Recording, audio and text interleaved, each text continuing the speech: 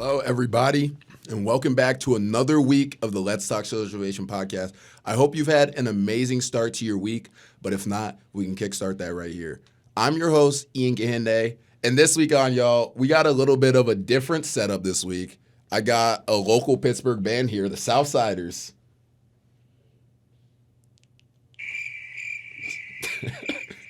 Anyways, how we doing today, y'all?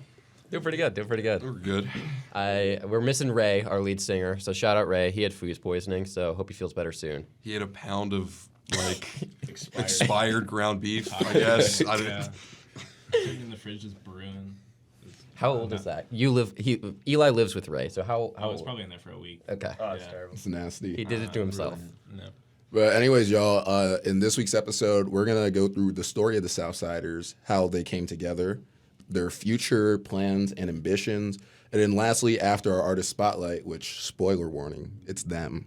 After our artist spotlight, we're going to get into a lot about group cooperation and working together as a team. But anyways, everything else aside, we should probably start with introducing ourselves individually. So how about we start with Andrew, we go down the line, name, what you study, and what you do for the band. Sounds good. So my name's Andrew. I'm a neuroscience major, and I have a chem and music minor, and I play saxophone in the band. I'm Sam. I play guitar. I attempt to play guitar. I'm a bio major with a chem minor. I'm Caleb. D&ID, music composition, double major, CS minor. I play bass, sing backup. What's up? I'm Eli, mechanical engineering major, and I play drums. I'm Taha. I study computer science, and I play keys. And then, like they said, Sick Ray is not here, Oh, yeah. does vocals. But anyways, like I said, everything else out of the way, how did this band come together? Okay, so we have to start me and Eli's sophomore year. So I joined the Pitt Jazz Band in freshman year, and since that was 2020, there was COVID, so I didn't really go to any in-person practices. But then when sophomore year came around, they were like, okay, we can start doing like in-person practices. And someone in the group me was like, hey, there's this show that needs a house band. So like DM me if you're interested. And I was like, oh, it's going to be one show. Like I could totally do that. So I DM'd, I think it was a trumpet player. I forget her name. But I DM'd her, and I was like, hey, I can do this show. And she was like, okay, perfect. Like, here's the number to the host at the time, who was Victoria. And Do you want to tell them what the show is? Yeah, oh, yeah. It's Pitt Tonight. It's basically like a student-run Saturday Night Live, essentially, is what it is. Probably closer to Jimmy Fallon's Tonight Show. Yeah. If you've ever seen that, it's Jimmy Fallon's Tonight Show and We're the Roots is basically what it comes down to. Well, So it's like less cringe. Are the Roots cringe? Oh, no, I'm not talking about the Roots. Okay, I'm Jimmy talking about Fallon's cringe? Yeah, Jimmy Fallon's cringe. yeah. Well, I love the show, though. We love Pitt tonight. I We think love it. it I think it's tonight, cringe, though. but in a different way. Yeah. I think Jimmy Fallon's like awkward cringe. I think this is like they lean into the cringe and it works. they do. They really, But Anyways. so I DM her. I'm like, yeah, I can totally do this gig. And she's like, perfect. Here's the number. Text her and go to this meeting. So I show up to this meeting, and they're like, okay, you have to go find a band now. And I was like, I thought I was gonna just like do one show, but they're like, no, like now you're doing this for the entire year, and now you have to go find a band. So I group me DM'd Eli, and I was like, yo, you're the drummer for jazz band. Do you want to like do this show with me? And he didn't respond to me. So I walked up to him the next practice, and I had the most awkward conversation ever with him. Oh, that was hella awkward. Large Asian man just approaches me. It's like, are you Eli? Yeah. Yes. But in jazz band they rotated drummers, so I actually wasn't sure which one was Eli. So I was really lucky that I actually asked Eli. But then it was me, Eli, and then I played saxophone. Eli played drums, and then we had two like grad students. Yeah, I think. Well, Mason, he was a preschool teacher. I think. Yeah. He like graduated before. And Ari, he was what chem chem major. Yeah. He was a senior at the He time. was a senior They were at the both like 2 or 3 years older than us. Yeah. They were a lot better than us too. Yeah. I'll just point that Oh, out. yeah. No, yeah, we Ari kind of is the sucked. whiz. What did they play? Bass/guitar and piano. Yeah. Ari played keys, and then Mason would switch between bass and guitar. Yeah, so it was fun for a bit. What was your name? The classic, the Pit Stains. Yeah. Uh, I hated that name. I also hate that name. I think someone threw it out, and I like took it. And I'm like, we're running. Yeah. With it. Like I still think it's fantastic. That's weird. Not a good I'd name. rather do the Pit Stains than the Southsiders, personally. It's just me. But the Pit Tonight show, they were like, you guys are like, because they've always had the same house band until they all graduated. And they've always been called like the Allies of the Boulevard or whatever. And Also I was a like, terrible name. I was like, I'm not being named that, but I'm also not being named Pit Stains. So I just like, I mean, we ended up going with some mixture of the two. But then, so that was fall semester of 2021. 21. 21. Your yeah. sophomore year. Yeah, my sophomore year. So fall of 2021. And then I knew Ray from high school, and he texted me. He was like, yo, I'm like learning how to play the keys, whatever, blah, blah, blah.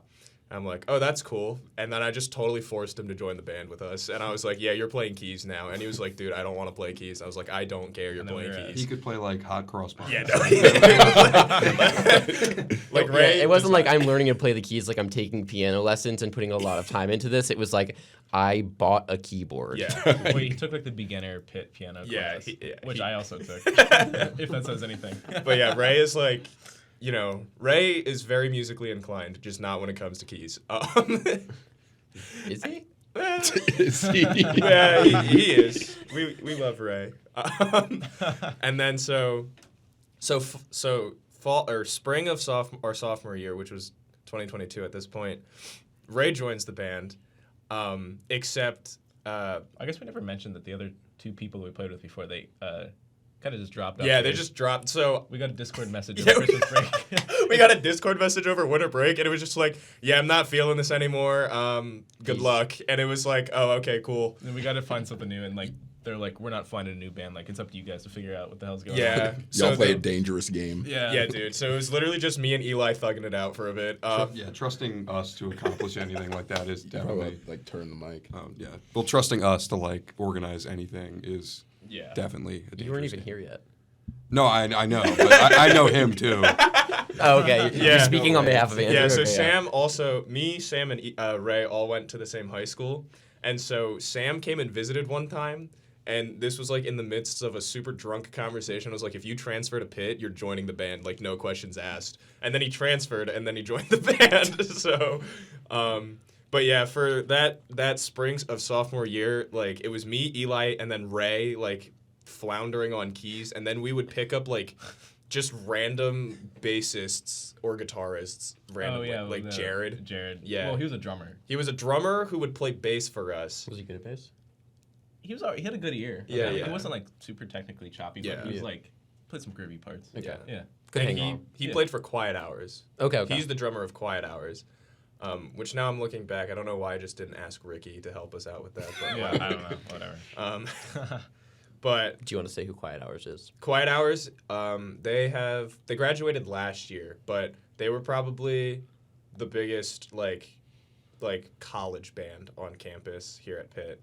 I think like especially like post COVID, they kind of took over the scene. Yeah. They won what's that like Pit Factor? Pit Factor like a while ago, like right before COVID, and then they like went into hibernation because like there's like no house shows going on, Yeah. and then like took off, and then I think we kind of like were friends with Ricky and Jared. Yeah, I was friends with Ricky because I played sax next to him in jazz band, but I was friends with Ricky, and then we picked up Jared randomly, and I could tell like he did not want to play these shows, but They he did just forced him anyways. to be there. Yeah, Yeah. which was, because he was friends with Ben at the time, was the executive producer of Pit Tonight, and he was friends with Ben, so Ben was like, "Yo, you gotta play these shows." And to be fair, the gig sucks. Yeah, no, it does. You just play like 30 seconds of a song, and then like The gig isn't hard, but it's bad because you your call time is 3 p.m. for a 7 p.m. show, and you're only playing about 5 minutes worth of music the entire time. So it's a lot of just like sitting there and just burning your Saturday evening. Yeah. Which like it's only once a month, so like you can kind of justify it, but also like it's objectively not a fun gig. So we kind of have a gentleman's agreement with Pitt tonight at this point that like we'll show up like 6-ish and we'll know our shit and it'll be fine. But yeah, our call time is technically listed as 3:30, I believe. Yeah, it is. But yeah, and then so after sophomore year, you know, Jared doesn't graduate. Jared just stops like coming, I guess. I think it was only a few shows. Yeah, It was he only played like 2 or 3 Was it shows. one or two? It was something like Yeah, that. it was a super small amount of shows. But then sophomore year summer is when me and Ray were both home. We had nothing to do. And so he started he had this song that he was working on called She Might. And he was like, yo, like, I want you to come into the studio and record like a saxophone part for it. And I was like, okay, I'm down. And so that's where that sort of started. So at the beginning, he came to me and he was like, let's make a band together and call it the Southsiders. And I was like, oh, okay, like South Side of Pittsburgh, that's cool. He was like, no, like, because I'm playing off the record label of the Rough Riders. And I was like, okay, that makes less sense, but you know what? I'm still fine with it. Wait, so is he not even aware that was a Teddy Roosevelt thing? Did he think it was just a record label? Yes. Okay, so So he was like, so we're like 3 references removed. Yeah. Literally. yeah, no, he was like, funny. Southsiders, but it's because of Rough Riders. And I was like, okay. And he was like, but it's the South Side of Pittsburgh. I was like, okay, we all live in South Oakland. He was like, yeah, but Southsiders. I was like, all right, whatever, I'm cool with And it. we're all like under 21, so Yeah. no one's been to a Southside bar yet. Yeah, literally. It doesn't even make sense. Also, I mean, what matters is it's people a cool ask name. all the time if we live in Southside too. and Yeah, it's we just lie. I love well, lying. so I used to, when people would ask me about the name, I would say, yeah, everybody lives on the south side of Oakland. And so That's fair enough. That's what I would go. But that was before I knew that Ray, Yeah. that wasn't the origin. Like No. I just assumed Yeah. that was what it was. Yeah, no. It's not that. That's not even true. Like I lived in North Oakland.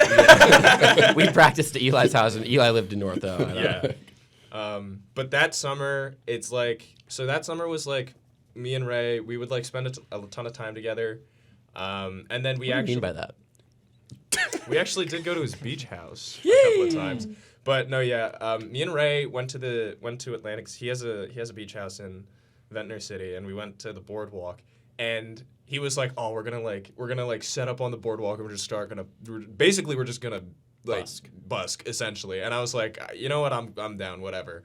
But we were like wheeling around like this giant speaker for like the backing track, and I was Also, just you walking. have one song at this point. Yeah, we have one song at this point. We're wheeling around a giant speaker, and I'm walking around the boardwalk of Atlantic City with my like $3,000 saxophone at like 11 p.m., which was a terrible idea at the time.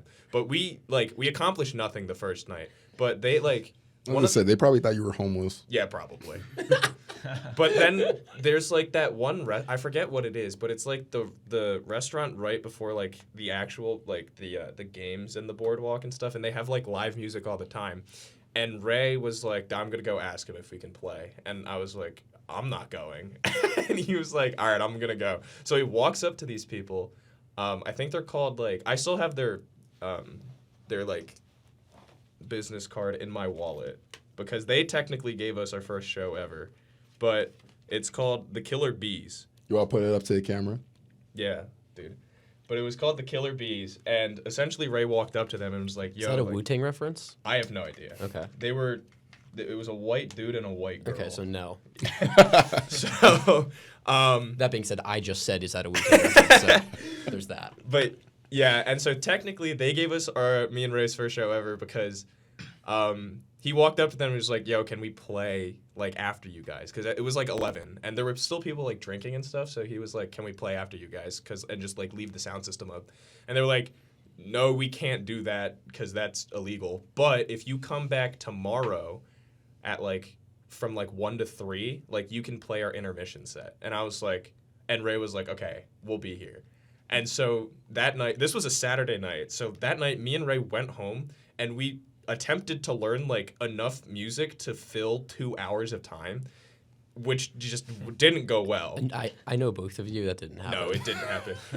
Like me and Ray would sit there and be like, okay, how about this song? And we would like play it for like 5 seconds, and we'd be like, no, I would not that song. And then like we'd play another song, and he'd be like, no, not that song. And I was like, this still happens. yeah, that still happens. I believe it. I know Andrew will. Yeah. We've had entire practices where we want to like switch up the cover songs that we do in our set, and we'll burn an entire practice, not even learning a cover song, but just arguing about which song to cover. Which song we want to cover. It pisses me off so bad. And then so we go back. This is Sunday now. We go back and we play the set.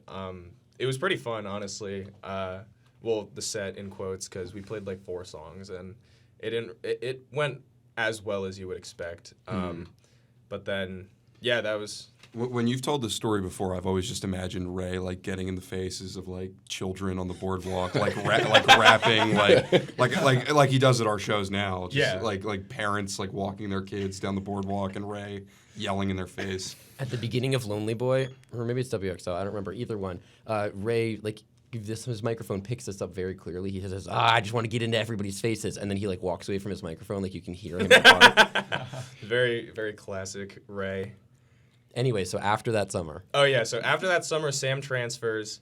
And so now we're rocking, like, me, Eli, Ray, and Sam. Rocking and now a 4-piece, right? Yeah, we're rocking a 4-piece. And I remember, like, right after that show, I'm like, damn, we have no low end. Like, this Yeah. This was an outside show outside Pozvar. Oh, it was like on the balcony area. Yeah, It was very bizarre because it's Yeah. like concrete, like the sound's like bouncing off it. Like, didn't sound good. No.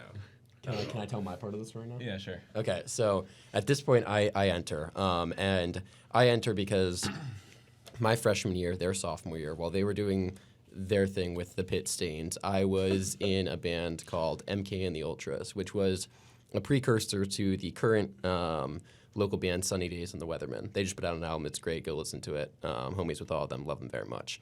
And Max was the lead singer of that band, and he and I had worked together with his buddy Kevin and our drummer, I forget his name, but we were working as a 4-piece, and Max was like, okay, we're going to start recording over the summer. When you come back, you can lay down your bass parts. And I was like, that sounds good.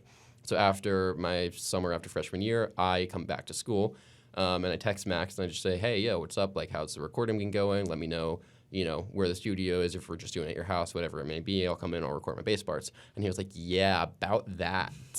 The band kind of broke up over the summer. And I was like, and you didn't tell me anything? He was like, yeah. And I was like, I kind of waited. He's like, I don't know, man. He's like, I want to play a lot of gigs. And honestly, like, I want to have a bassist who's available, like who's going to be in Pittsburgh year round. I was like, that's totally fair. Like, I get that. Like, I'm from just outside of DC, so I'm not here over the summer. And I totally get that, that's a large chunk of the year that you could use to be productive that I'm not here. And so he moved in a different direction, started Sunny Days. They're doing great. And I started looking for a band. And so at this point, one night, I think I just opened the Pit subreddit for some apparent reason. I don't really remember what. But I opened the Pit subreddit, and I see a post that says, hey, the Pit Tonight house band is looking for a bassist. I don't know what Pit Tonight is. He wishes it stayed that way. And so I DM the poster, and I'm like, hey, I play bass. I'm looking for a band. I'd love to, come jam with you guys and see how it goes. And the poster is Eli at this point. And also this post got deleted by the Pit subreddit moderators like 30 seconds after that. Yeah, it was like, I remember I got like 2 like downvotes on like my post. They hate. And then it said it was removed by moderators. Like, I probably checked like 10 minutes after I sent it, and it was like gone. I'm like, what the hell? But I caught it in that 10-minute time span. And so I DM him, and he's like, yeah, we're practicing tomorrow night. We have a show Saturday. If you wanted, you could stop by. This is like a Thursday. Yeah, this is like a Thursday. So he's like, we're practicing Friday. We have a show Saturday. If you wanted, you could stop by. And I was like, yeah, that sounds good. Where do you guys practice? And he was just like, at my house. My basement. Yeah, in his basement. Yeah. And so he lives in Northo, and he's up on Iowa Street. I am at this point in Bouquet Gardens. Did I walk to that first practice? I think. No, we picked you up. Yeah. Okay. So I got a ride from some random strangers who I'd never met to go practice in the basement of. Yeah, so I'm like, yeah, my friends are going to pick you up. What's your address? Yeah, literally. I mean, at least it was Norfo. Yeah. And so they pick me up, and we go over to Eli's house, and we're practicing, and it goes pretty well. And they have the gig Saturday, and did I play it with you guys? Yeah. Yeah. And you duct taped your fingers too, because you hadn't played bass in so long. That Yeah. You had like blisters. I forgot about that. Dude, Yeah. that was gnarly. And so after the gig on Saturday, I get a text from Eli saying like, "Hey, we love playing with you. Like, welcome to the band." And then I get a text in the group chat that I've just been added to saying, "Also, by the way, we're opening for Young Gravy 2 weeks from now." And so that was my introduction to the Southsiders. Yeah. Because I guess we should transition to the Yeah. audition for Pit Oh Factor. yeah. Yeah. So the Pit Factor audition, they do it every semester. They run it, right? Or So- well, you were in. You were Yeah, in the so Pit I Factor. actually was also working in Pitt Program Council at this time, and Pitt Program Council is the entity that puts on all the events around campus. So whenever there's like a movie screening or a Bigelow Bash and Fall Fest where we have the concerts, trips to various places around Pittsburgh, all those sorts of things, that's Pitt Program Council. So I was the director of marketing at the time, and I was aware that there's this thing called Pit Factor going on, which is basically a battle of the bands type of competition where students can perform and the winner gets to open for the headliner of Fall Fest or Bigelow. So in this case, it was Fall Fest, and the headliners were Young Gravy and Waka Flocka Flame. And I wasn't in the band yet, so I didn't really know what was going on. But Wang and Ray had signed up to perform She Might. I think we all tried to sign up for it. Yeah, but we they got- were like. So this yeah. was back when they were like, you all have to be here at the same time to sign up as a band. Yeah. And it was just me and Ray, and so we were like, yeah, okay, whatever, we'll play it on a backing track. Yeah, and so that's what they ended up doing. And so they had that thing, and I was at home. We were playing Georgia Tech in football that night, and the game sucked. It was raining. We were losing to Georgia Tech. So at halftime, we all left, and we got a pizza, and we went home, which great decision. And so while I'm sitting at home eating pizza, I just get a text in this group chat with this band that I just joined 30 seconds ago saying, "Hey, we just won Pit Factor." And I didn't believe them at first. And so I actually texted my coworker, Amaya, who was running Pit Factor. And I said, "Amaya, who won Pit Factor?" And she said, Andrew Wang and Ray Calamari. She was like, they had like a nice little hip hop track with a saxophone part. She's like, it was pretty cool. I was like, I just joined that band. I thought they were with me.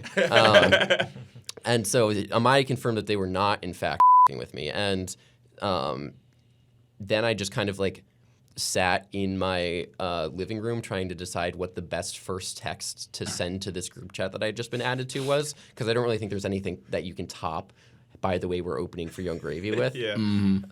So that was when I entered the band. But yeah, no, that was so funny because they were both Saturday night, so we went from the Pit Tonight Show straight to the Pit Factor audition essentially, and then they announced it the same night, and it was we played against like actual bands too, like we played against Yellow Bridges at the time too. I think so, yeah. And apparently we just beat them out. They didn't show us our scorecards, which that's fine, but we just edged them out. Every year they say they're going to email the Yeah. scorecards, and they never do. They never do, which is fine. We won. But yeah, and then so now we had like a 2-week turnaround to like actually learn a 30-minute set, and this was like our first thing ever. Also, at this point, still the only song that they have is She Might. They still Yes, only yeah. have one song. We still only had one song. And so we So how many songs did we end up playing? Probably like 8, 9. played like an 8-song set. I actually have the whole thing on my phone. But we ended up getting to, I think, 4 originals. We got did. She Might, we got Sun and Moon, we got Peace of Mind, and we got Turn to Me. Yeah. So we ended up putting together 4 originals, which is pretty respectable for 2 weeks. And we went and we opened for Waka Flocka, Young Gravy, and honestly, like, we practiced hard and it went really well. Like, for a first show, I think the only hiccup we had is we closed with Hey Ya. And when we closed with Hey Ya, we were going to say Pink and White. Pink and White. Yeah, Pink and White was a little awkward. Was Ray? No, it's because what happened with Pink and White was they didn't give me a lapel mic, so I couldn't really walk around on stage with my saxophone. So I'd have to when I played my saxophone, I would have to stand in front of like a standing mic, which was fine. But then Ray goes, at the beginning of Pink and White, he sits down at the front of the stage and he goes, "Oh, like, come join me at the front of the stage." And we're like playing in front of like 300 people, so I'm like, I can't really say no, but like I also know if I go down there, my sax parts aren't gonna be heard at all. So I just bit the bullet and I didn't decline in front of the audience. So I just went down and sat with him. And without the sax part, that song sounded so empty and it was offbeat because Ray couldn't listen to the drums. Oh, yeah. The concept of 6/8 was a little confusing. Yeah. Ray. Oh, yeah. It's confusing to a lot of people. Yeah. Too many numbers. I remember even at practice, be like, Ray, it's like one la lead, two la, and he's just not getting it. No, he's not. We should have cut that. Yeah, But other than that, we closed with Hey Ya, and we had a little hiccup where we tried to do band intros, and Ray got confused because we were standing in a different order than we were when we were practicing. And for some reason, I don't know why that confused him, but it did. Yeah. But other than that, it was a really tight show. All of our originals went really well. The Hey Ya itself, like, absolutely ripped, and the crowd loved it, and I know the crowd loved it because the Yik Yak reviews were wholeheartedly positive. Yik Yak was. Yik Yak. I have to say the biggest conclusion I took from that show is like we were like a decent band at the time, like, but there's so many people that are way better than us. Oh yeah, I think there still are. I think the sexual appeal overweighed. Oh Yeah. yeah, The actual they were skill down of the bad for Ray and Wang. I just want to say like that that pushed us more than our actual playing abilities. Yeah. Yeah, like our music was fine, but like this dude's out here like with sunglasses on, just absolutely cooking, like on stage playing like this lusty saxophone part. Yeah. And Ray's an attractive guy, and he's a very good frontman with a lot of energy. Yeah. And the crowd definitely loved that, and I think the music was definitely secondary. Yeah. True.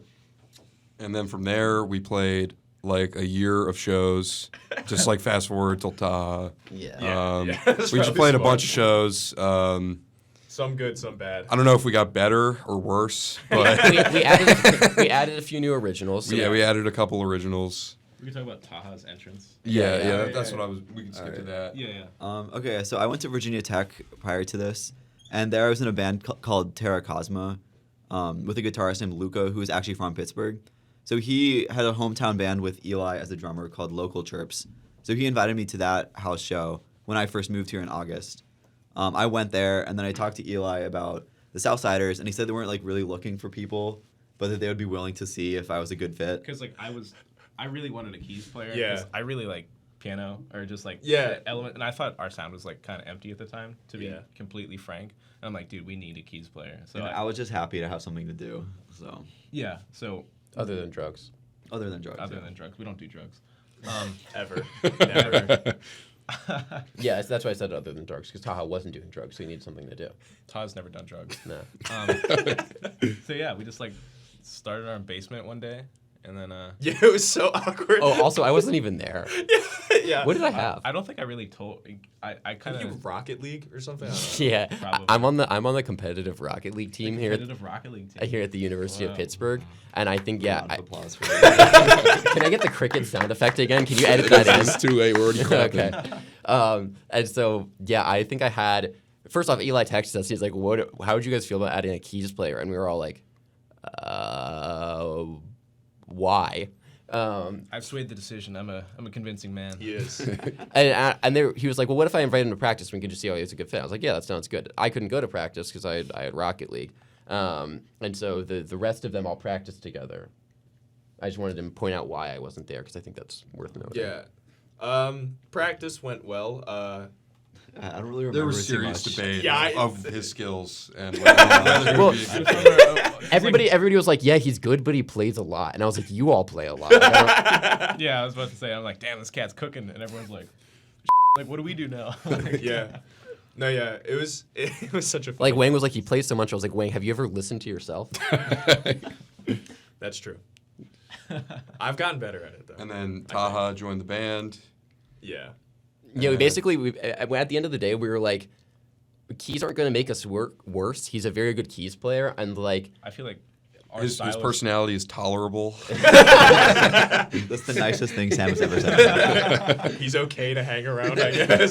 He's an all right hang. he hangs out. and he forgave me after I was racist towards him. So We should explain. Yeah, I was gonna that. say, Yeah, can we get into should details Yeah. about that? So we played this show at Black Lodge, which if you guys aren't familiar with Black Lodge, it's a house. It's literally just a house on Lawn Street in South O. And this dude Adam runs it, and they put on house shows with various local bands. So we played one there with Pitter Patter and Mr. Doctor and Histrionic, right? That was the lineup. Yeah, I think Maybe. so. I feel like that Bro, was. I can't remember. I who think we it play was. with ever. I feel very confident. It was Histrionic, followed by Mr. Doctor, followed by us, followed by Pitter Yeah, Patter. I actually think it was. I thought it was Yellow Bridges. Is that a No. different show? That was a different one. That was the one you played at. That was the one he played at, yeah. Yeah. And so I had not met Taha at this point because I'd missed the practice. Right, yeah. Very important. He does not know what Taha looks like. Yeah. No. So I had not met Taha at this point, and so I meet him at the show for the first time. And my impression of Taha is that he's kind of a soft-spoken brown dude with long black hair and a little bit of a goatee going on. And after the show, our friend Chloe's awesome. She took pictures for us, and Chloe took pictures and she sent us the photos from the show. And most of them are photos from the band, except for 2 photos. One of them was a photo of all of Wang's friends, who I all know. And another one is a photo of some white girl and some brown dude with long black hair and a little bit of facial hair. And so I don't know the people in this picture, but I assume that because the other picture is a picture of our friends who I do know, that this picture must also be a picture of our friends. And so I figure, hey, when we go to post this on Instagram, like I should include this guy who I think is Taha. And so at this point, we have 2 group chats. We have a group chat with Taha and a group chat without Taha because Eli had an Android, so we had to make a new group chat. And so I've sent the pictures. I pick out the best pictures and I put them together into a post. And before I send it, I text them the group chat and say, hey guys, here's the post. And I say, Taha, what's your Instagram so I can tag you? And and then as soon as I send that, I go, what if that's not Taha? Because I've only met the dude once, and like I might just be racist. Caleb, it's funny because Caleb backtracked, I think, as soon as he sent that image. Literally, I feel like maybe like a few seconds of reflection would have avoided this whole thing. it would have, because I texted it, and then as soon as I sent that, I sent in the group chat without Taha. I said, guys, please tell me that's Taha, because if it's not, I'm going to kill myself.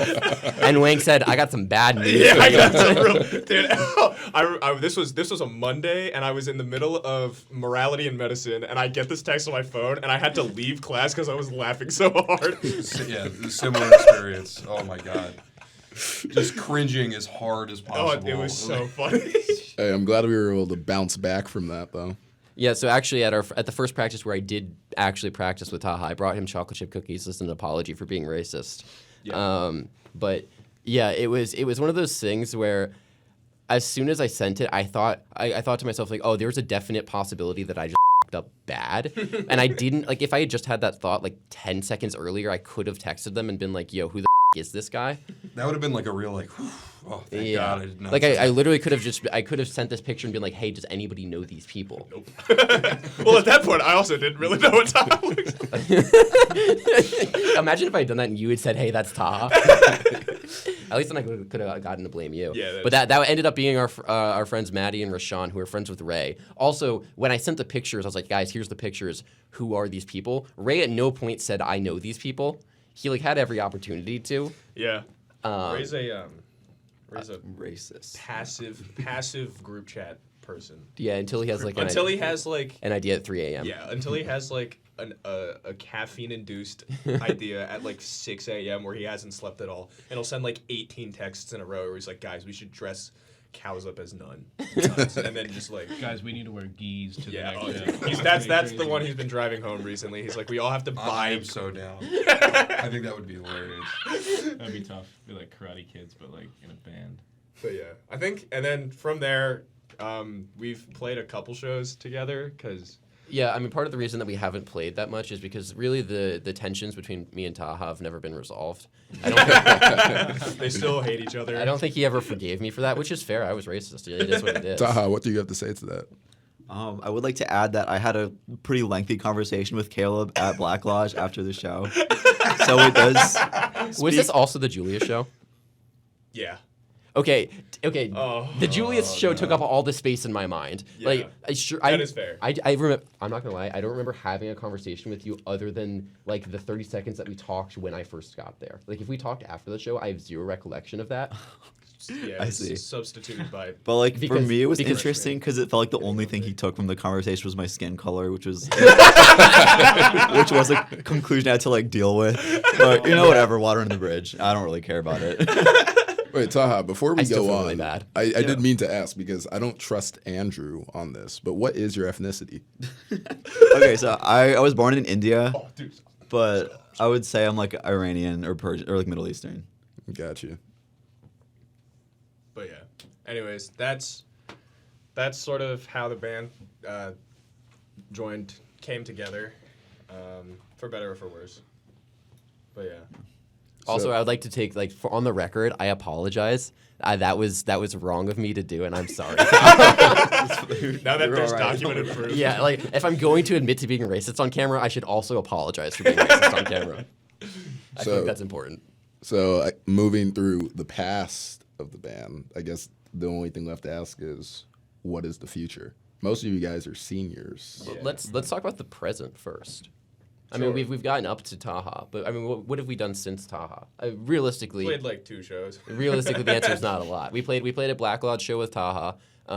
Attempted to play a PDM show with Taha. We attempted to. That's a good story. This was last week. Yeah. All right, so wait, can I talk about PDM really quick? Yeah. All right, so just for the record, I do not go to this school. So I don't know where anything is. Even to find this building, I was on like Google Maps, like scratching my head for like 3 times as long as it should have taken me to get here. Whatever. So Senior PDM, I get education. there and I leave my keyboard at home like a dumbass. So then I use Ray's car to get my keyboard, but by that point, everyone else is already at the function. And Ray's car, Ray's like, take my car to go get your keyboard. It has 5 miles left of gas. Okay, so the situation I'm in an unfamiliar place in an unfamiliar car with like my keyboard and my stand. I have no idea where we're going. And then none of them have my location for some reason, so they can't like direct me either. So I go there and even like the staff didn't really know what to do. I was like, I'm with the band, like where do I put my stuff? They're like, I know. You can just park your car here if you want. So I was in like the 7-layer parking garage of what's the building? The Cause Center. Cost Center. Which yeah. also, like, as a student who actually goes here, I've only been there like twice. Yeah, it's like no reason you should go there unless you're like an athlete. Yeah, like unless you're playing soccer or something. But okay, I was on floor 5 of this like giant parking garage hauling all this shit with me, and I hear like free falling start, and I was like, that is what I need to be there right now. I was like on FaceTime with you. Yeah, I could hear it like echoing through our FaceTime. Then I was trying to use like echolocation, figure out where I should go. we had, like the other drummer Jimmy. So Yeah, for context, Yeah. this PDM Pit Dance Marathon, it's a fundraiser to raise money for children's pediatric cancer research. Great cause. And we played there last year because we played at a fundraiser for them, and there was one of their miracle kids, Jimmy, who's a kid who survived cancer. He ended up jamming with us, and they asked us if we would play at the show and if Jimmy could play a song with us, and we said sure. And so we did that last year, and they invited us back this year. And same deal. Jimmy wanted to play a song with us, and that song was Free Falling. So Jimmy plays drums for reference. Jimmy plays drums, and so that's why Eli was not playing So Free I Falling. was with the like rest of the trying to band. like figure out where Taha was like on FaceTime while like Jimmy. Yeah, we was, also like, were we yeah, were going also extremely late to the show. Like our call time was like we had to be on stage by 2:15 and playing, and we got there at like 2:14. I mean, to be fair, part of that was because we were practicing, and Taha went, "Yo, Ray, is it okay if I use your keyboard?" And we went, "Where is your keyboard?" You went, oh, it's at home. In retrospect, we should have just used the shitty keyboard. Yeah, probably. But we were at Benedum. We weren't even at Iowa Street. Oh yeah. There wasn't even a keyboard. Like, we would have had to go to somebody's house to get a That's keyboard true, that's true, anyways. that's true. Yeah. There was not a keyboard available. But yeah, that was a. Yeah, so Taha ended up missing the entire set. Yeah, Well, he I actually- got he there. I walked got in- there right at the end, and then Ray was like, "Bro, you're just in time. Like, we just finished sound check," and I was like, hyped for 2 seconds. And, well, he said that because on the way there, when I was like trying to pull up, I told him that I had neither my keyboard and his car was out of gas. Just to, like, so I guess Double whammy. Yeah, he got me back for that with that little quip, which is kind of unappreciated. Yeah, so what the? Oh, there's a broken radiator, Okay. Oh, okay. and usually you can't hear it on the mic, but Okay. because of the placement of the mics, you actually can hear it. So for everybody watching and listening to this, I apologize. I'll do what I can in post. Yeah, we can make a beat out of this. Yeah, right. Sample that shit. Sample it. Yeah, so we the most recent show we've played, and I think we've only played one show with Taha.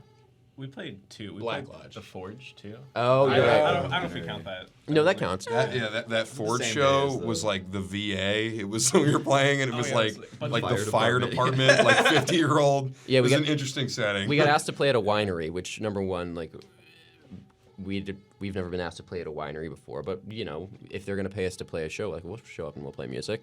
And so I don't think, did they? I don't think so. They don't pay. Dude, we were supposed to get paid.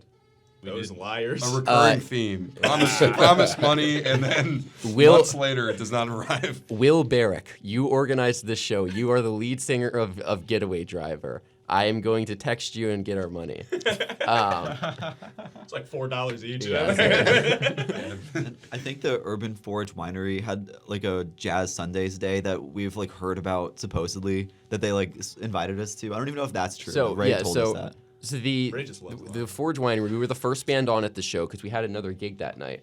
We had Yeah. Pit Factor, I think. Again, It was Black Lodge. Oh, it was Black Lodge. Okay, so we had 2 gigs that night. So we played both gigs with Taha on the same night.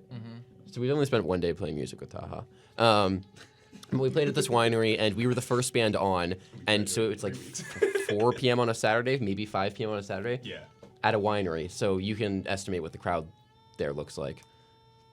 And I think the wildest part was like the old people that were like kind of like sloshed. Like I Oh, remember dude, when yeah. when we walked in there was like a group of like 4 ladies that were like they're, like, they were hitting on me. they're Yeah. like bumbling out and they're like, oh, have a good time. I'm like, you should watch our sets. Like, nah, we're going to the bar across the street. As soon as it became apparent that a college band was going to play, the whole bar emptied. Yeah, it's It like was we're just- getting the hell out of here. Yeah. Except was not it. except for that one lady who stuck around to hit on me while I was loading in, which was really awkward. Do you remember wow. that? Yes, because she was like, I used to date a bass player, and I would sit on his amp, and I was like, I didn't need to know that. Yeah. You're like 50. You could be my mom. I'm going inside. See ya. And I'm like literally standing there like holding my bass amp and I like look at it. Yeah, no, those are the 2 shows we played with Taha. Really, the highlight of this is actually pre-Taha. We had, sorry Taha. Pre Taha, we played a show last semester in one of the Live from Oakland spaces, and Live from Oakland is this ongoing concert series put on by our friends at Black Lodge in partnership with the Pittsburgh Innovation District, where the Pittsburgh Innovation District gave them a bunch of money and equipment and a space, and they hosted live concerts with lots of local bands. And they did a test run in the fall, basically proving like, hey, we can get people to come to these things. And we played the first one with our friends from 957, who are opening for JID this weekend, so go see them, and Funky Lamp, and... What? Okay. Oh no, we played it. We played another show with Taha because of Pit Factor.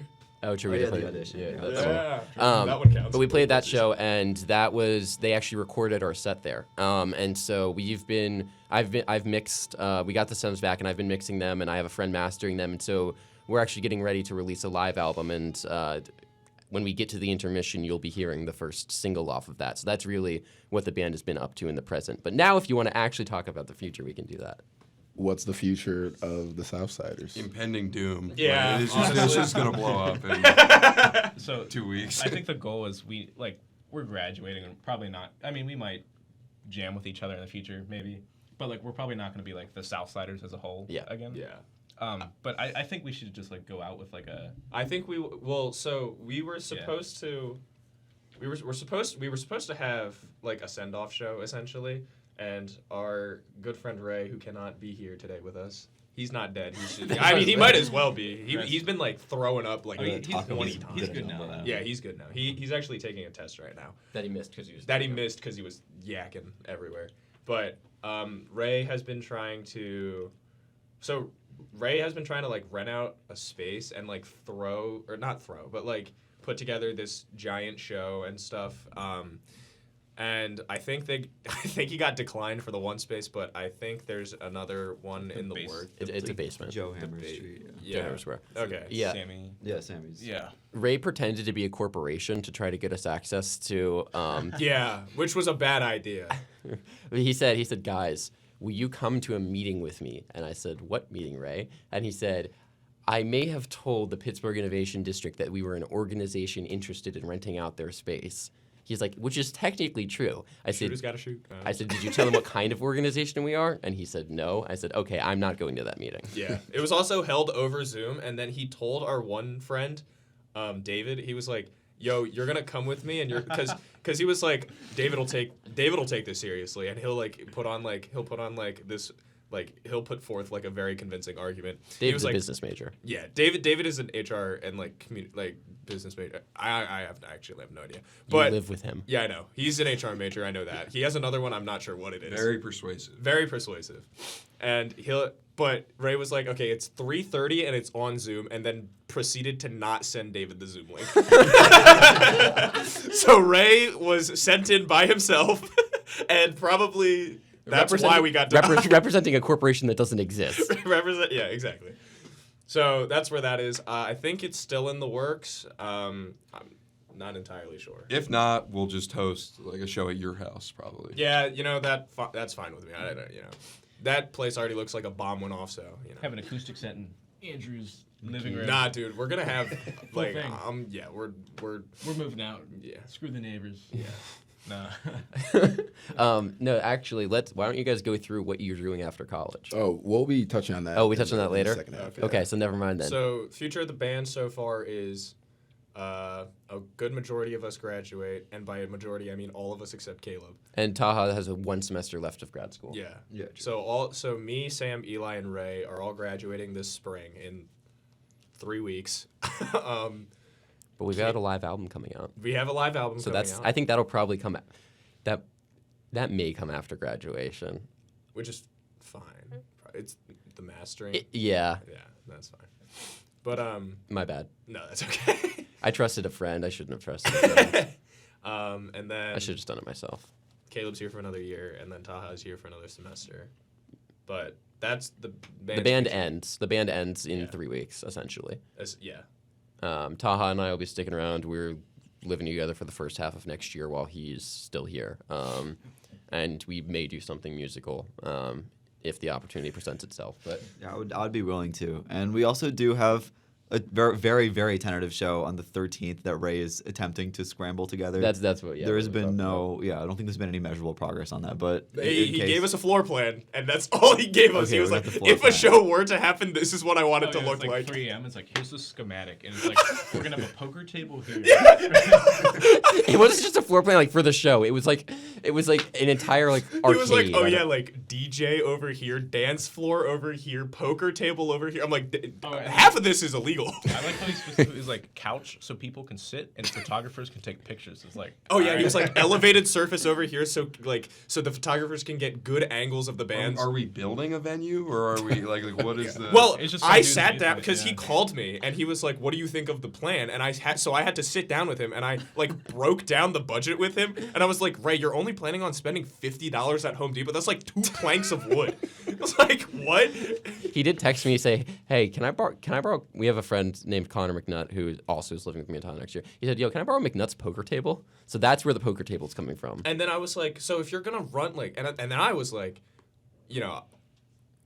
maximize revenue." I was like, "Just start playing hands of blackjack too, and just start paying the house like a cut." And he was like, "No, I don't want to run a gambling ring." I was like, "You wanted to run a poker table." He was like, I don't want to lose money." I was like, "Do you understand how poker works? They play with each other's money. You can't lose money in that at all." He wanted to build a venue / casino. Yeah, / essentially, he wants to bar. run it like. Also, he wanted to have Nick Casano, who is the host of Pit Tonight, do a stand-up set.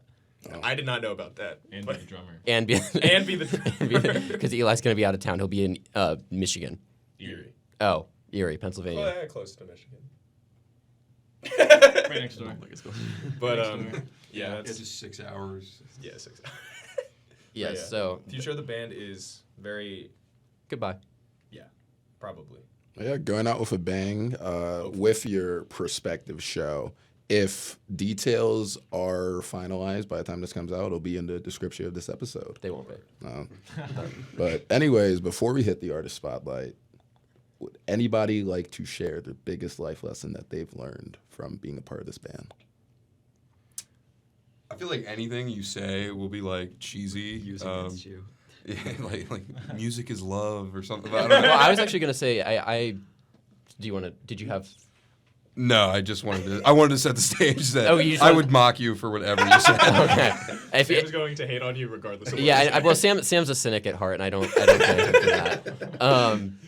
No, honestly, I was gonna say the biggest thing that I've taken away from this band is that learning how to work with musicians is a process that doesn't come naturally to everybody, and learning how to work with musicians who don't have a musical background is different than learning how to work with musicians who do. Like when working with Eli and working with Wang, people who were in a jazz band and have classical training, is very different than working with Ray, who has a love for music but not an academic background in it. Like 6'8".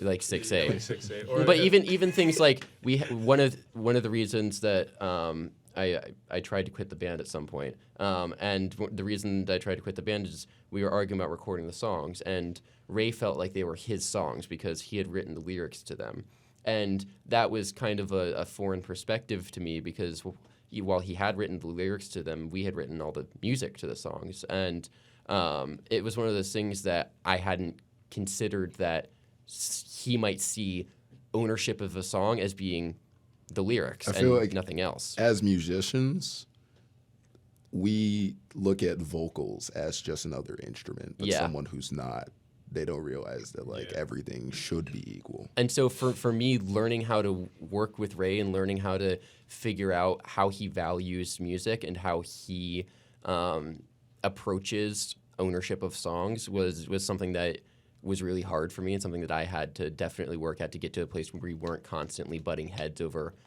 whose songs were they. Yeah. You also just don't have to practice ever. It just always works out. I think that's we've learned. Yeah, actually, if you ask Wang, when was the last time you practiced your saxophone and you weren't doing it in a band setting? Probably junior year of high school. There you So go. it's been 6 years. But I mean, like this guy can play. It's ridiculous. Basically, my practice regimen is I'll show up to the practice, and then I will. He goes, "What songs are we playing?" And then he plays on his phone. I sit on my phone check for a playoff minute, scores. and then I'll go, okay, Taha or Sam, give me the first note of the key, and then from there, I'll just play whatever, and then it usually works works out, out, yeah. but sometimes it doesn't, and sometimes it sounds real bad, And then I say to him, "Wang, you should practice." And he goes, "Yeah, you're right." And then he doesn't and practice. then I don't practice. But maybe in that message is I don't know, just if you're gonna play live, don't worry, it'll be fine. Well, I think the thing is we are not the most talented band in Pittsburgh. There are a million bands here, and all of them are terrific. And a lot of them have more chops than us, have more originals than us, whatever it may be. But the thing that I've really taken away from our live shows is that people love our live shows because of how much fun we have on stage. Yeah, and the personality. Yeah, the personality that Ray brings, especially as our front man. But really, I think at the end of the day, there are a lot of good musicians, but being good entertainers is just as valuable. And I think I've had a lot of fun entertaining people with this band, even if we're not playing the most technical stuff of all time. Yeah, it's basically music should be fun more so than anything. It should be taken seriously, if you're trying to, actually do something with it. Shout out, Miles. Yeah. Dude, Miles is the most serious songwriter of all time. But music shouldn't be music is an outlet for, whatever your feelings are, I guess. Sam's gonna mock me after this, but No. Music should be an outlet of anything, really, whatever you're feeling, and it shouldn't be there's those classical composers that are oh, everything has to be this way and this way, and it's music is methodical or whatever. Music should just be fun, and music should be a reflection of who you are, which I feel is what ours is. I feel like that's a good place to transition to our artist spotlight, which, like I said, guys, I spoiled it at the beginning, but we'll be playing Peace of Mind from the band you see before you now. So hope y'all enjoy. Hi. We're gonna start off gentle, you know. I don't want to throw anybody in the shock, so we're gonna throw with a little peace of mind, all right? Woo! Yeah. That when I get drunk, my brain flips and I'm trying to flip the plane on you. Oh. That today I'm a better man than I was yesterday. Yesterday. Peace of mind, reject the body cause I'ma feed the mind. Peace of mind, neglect the hobby cause I'ma need the time. Peace of mind, nobody wanna see me go shine like you. Like you. Wind blows through the window. Got 2 bottles of that Pinot with some Grigio. Strap them to my hands and I'm equipping that to the Kimbo. Put the old meat to rest so that makes you a widow. But later all the people talking shit, they're gonna be so obsolete. Couple high young people trying to off our feet. Young man in this office space and he's off space screaming, I need ibuprofen and caffeine. Ashwagandha shit taxing. Arteries are contracting while life slowly collapsing. Herbal tea for relaxing. Hope y'all enjoyed Peace of Mind by the Southsiders. Of course, obviously, usually the artist spotlight, everything's in the description. These are the main course, so it'll be in the description. Check it out. Music is great. Anyways, getting into the second portion of this week's episode, we're going to talk about how music fits into social innovation, and we're going to talk about group cooperation. But first and foremost, social innovation. So social innovation has 3 parts to it. There's social inclusion, social innovation, and social change. Social inclusion is when we allow people a seat at the table to voice their issues with how things are going on. Social innovation is when we work together that leads to social change. I think music is a great medium to get messages out to people. But how do you see you guys fitting into social innovation? I think the thing that this has been both a blessing and a curse for us, and we have a unique sound. There's a lot of great bands in Oakland, but the Oakland scene is largely indie and hardcore. Like those are the 2 big scenes, and we have a lot of different elements coming in here. Like Taha comes from a jazz background. I'm very much a big hip hop guy. Sam's like a grunge guy, and it's a lot of different influence that we kind of mesh into like a jazz, hip hop, pop rock sound that doesn't really fit into either of the indie or the hardcore scenes.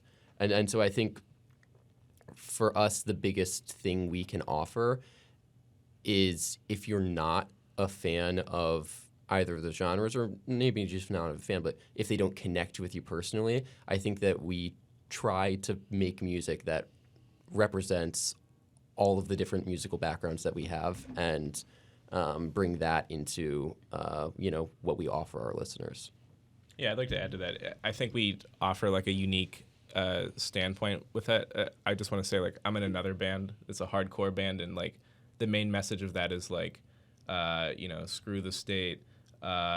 We need to fix our problems here. You know, things are happening in like Palestine and like other places in the world. We need to like bring attention to it. But I think our issues that we aren't directly talking about, but is more of like an inclusion in like a local type of setting. A lot of the stuff we play is like Mac Miller type music oriented, and he has like a foundation for local stuff, and I think that's more of what we're based around is more community aspects. Yeah, I know. So I've had this talk with Ray before. Like when we started, I asked Ray, I was like, "What is like your goal with this?" And he was just like, "Like Pittsburgh doesn't really have that strong of a music scene, really, like outside of Mac Miller or whatever." And he was like, "I want to." Wiz Khalifa. Yeah. If you're into indie Feeble Little Horse, that is true. they're playing at Coachella. But outside of Ray's, like music, like he doesn't see Pittsburgh as like a big music city, and he was like, and I remember he like told me, he was like, "I want to like bring music back to Pittsburgh," and I was like, "Okay, that's cool," like Realistic too. real realistic, but no, yeah, I think that's like his sort of inclusion aspect there. He wants to make music accessible not just to music nerds, but to Yeah. Because obviously, like we're in a band scene, and so because we're in a band scene, we're in a scene with a lot of people who love music. And I think Ray, like we talked about earlier, not coming from a musical background, like a classically trained musical background, I think he has a really strong investment in making music accessible to people like him who love music but didn't grow up, practicing instruments and playing gigs with other bands. And so I think that's definitely an element of how he approaches things. Is he wants our sound to be something that anybody can.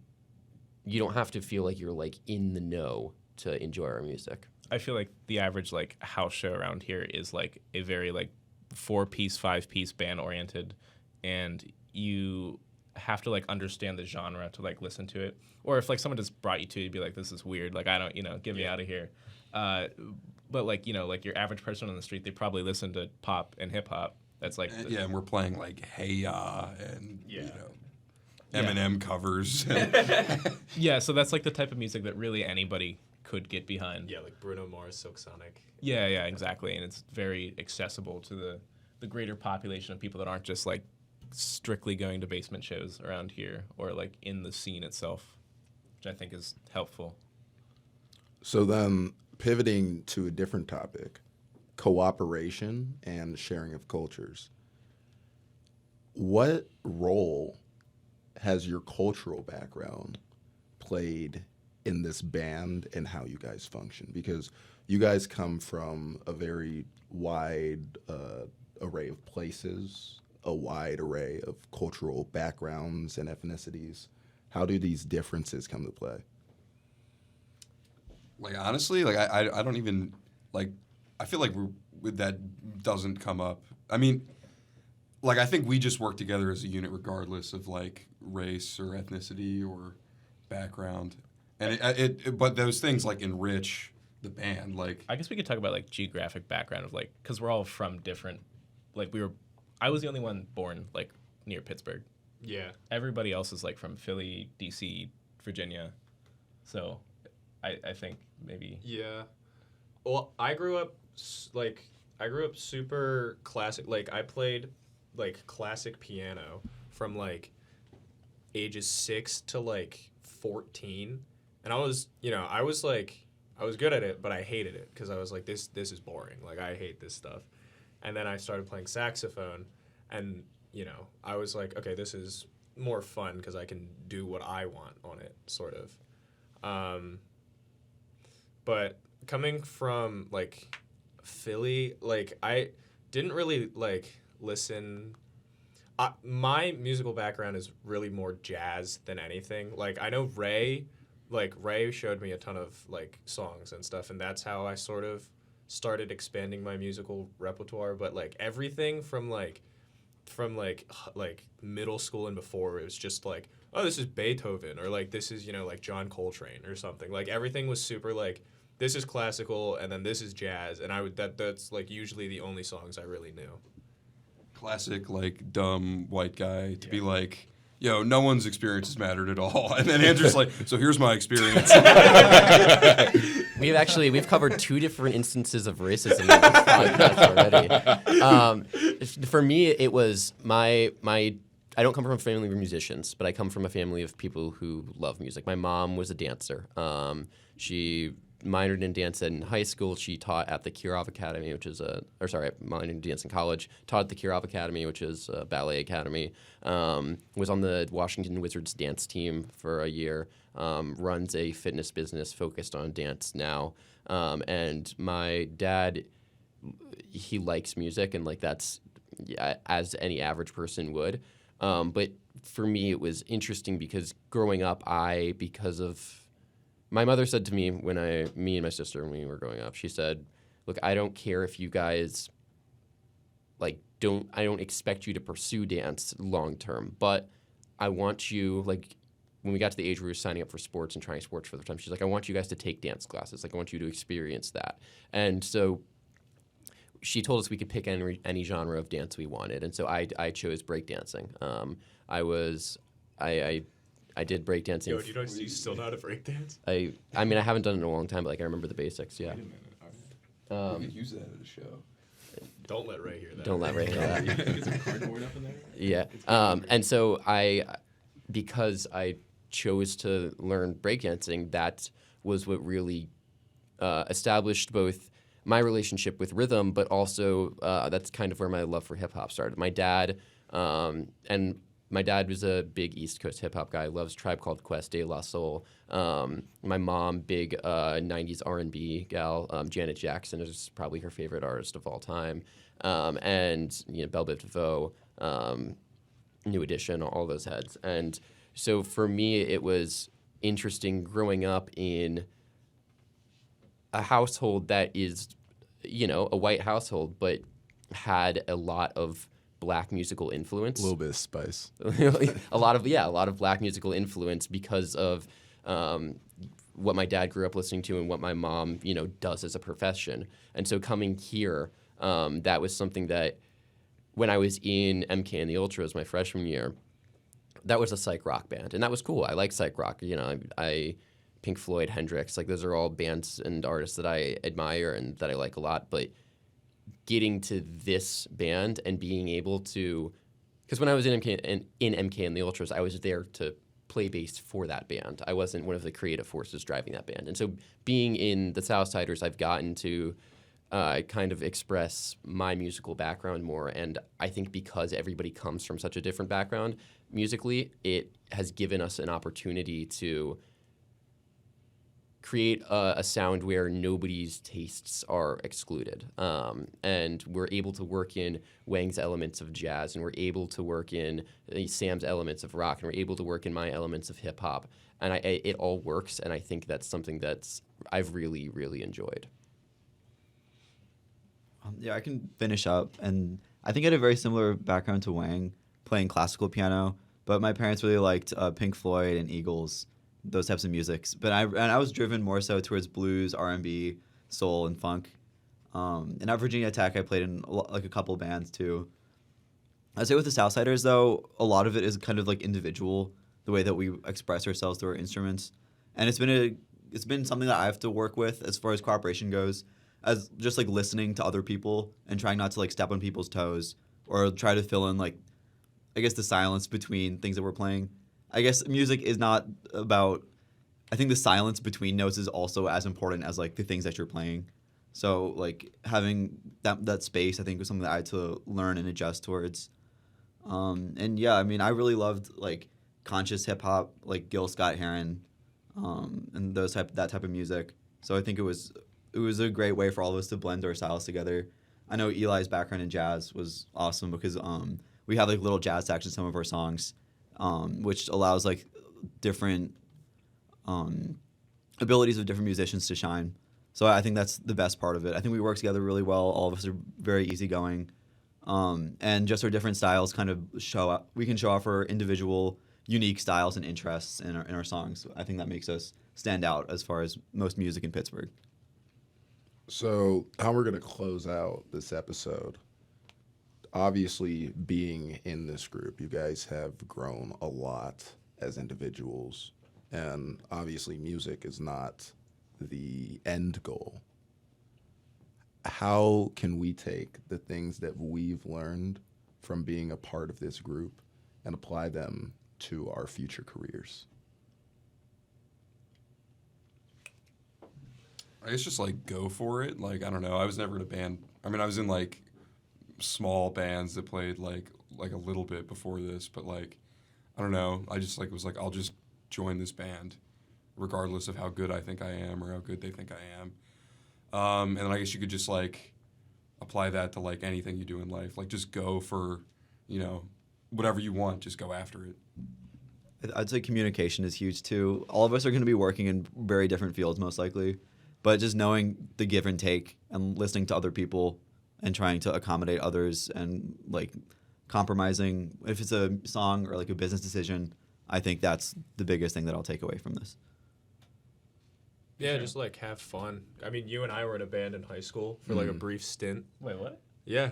We were in a band. Yeah, we were in a band together. What was it? It was called Jailed Brass. Yeah, it was called Jailed. It was This is that was like admitted bad. that was Some crazy lore right now. yeah. That was no. We never. Well, we played like 2 shows maybe. Like Yeah. they were coffee houses. Wait, Ian, what did you play? I played tuba. Yeah. I was really good at tuba, but we're not gonna get into that. But yeah, I played tenor in that band too. You should do like a tuba solo, like on the podcast. Like, you should- I can't even. It's not even here. You know how like when Fantano does like the Let's Argue videos, he starts with playing the bass. Please. You should start with like playing your tuba. Please. That'd be so tough. Just like post it up right in the middle. Yeah. Like fill up this entire room. But yeah, You can play like the giant steps lick on tuba. Oh my gosh. but like from that band, like we never really did anything that like it was fun though, and like same with this band, like it's fun. So just like just have fun essentially. It's just like also like I'm going into the medical field, so I don't really think like let's have fun like with this patient is like the best mindset to have. But like enjoy what you do essentially is what I'm trying to get at. Not don't take it seriously, but don't like be able to have fun while you're taking it seriously. I think the thing that I've taken away from this is that it is okay to care about the things that you love more than the things that are your future. And playing in this band, I've come to terms with two realities. And one reality is that none of us are going to be professional musicians. This isn't going to be a famous band. This isn't something that, we're going to be able to pursue this as our careers, nor do I think we really have any desire to. But the other thing that I've learned is that I care about this band and I care about playing music a lot more than any job or internship that I've ever had. And so for me, what I've kind of realized is that when I'm looking towards what I want to do in the future, looking for opportunities that will allow me to do the things that I love outside of work, outside of responsibilities, I think that's what's going to keep me going, because I think that my dad, he loves his job a lot. He's a statistician, and he lives and breathes his job. It's a perfect fit for him, and he's a very, very lucky man to have a job that he loves that much. And I don't think I'm ever going to have a job that I love that much. And being in this band has allowed me to kind of be okay with that, because I can approach finding a job, finding life after college with the mindset of, hey, I still want to play music, and finding a job that works with that will allow me to be happy. And that's the thing that I've really taken away from this. That's good. Yeah, I'm kind of in the same boat. Like, I feel like my career path in engineering, like, it's cool, but like, there's not any, co-ops and internships I've had. I've never been like, this is my calling. It's like, it's fun. And it's like scratches your brain every once in a while. But like, I wouldn't call it like fun per se, but the ability to just like come home from work or just like have gigs on the weekend. I think something It's like a hobby. Yeah, like a long pursuing hobby that you can get better at. It's like skill-based hobby. It's a good thing. And I think it's okay to like have a hobby like that you're very, very invested into, and it doesn't make you any money. Like, I think especially going to college, it's really easy to fall into the trap of like, I am here to focus on my career so that I can get the best, not even the best paying job, but the most prestigious job after college. And for me, like, having this experience in the band has helped me kind of relax from that a little bit and approach it more like, I'm going to find a job and I will like it like fine, but now I know what I actually really, really love. So to close out this episode, let's talk about our individual futures, just going down the line. What is life after college?